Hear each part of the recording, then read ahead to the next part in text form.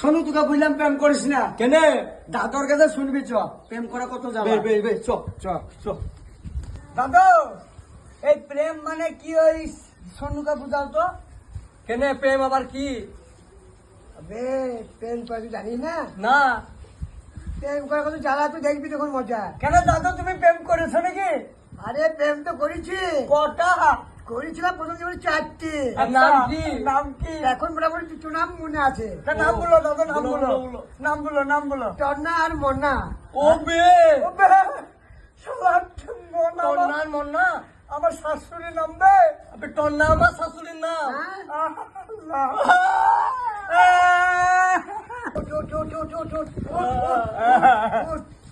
দাদু ওরা কেমন ছিল? ওরা পাক্কা 12 হাজারই ছিল ও বে সোনু তালে বেঁচে গেছি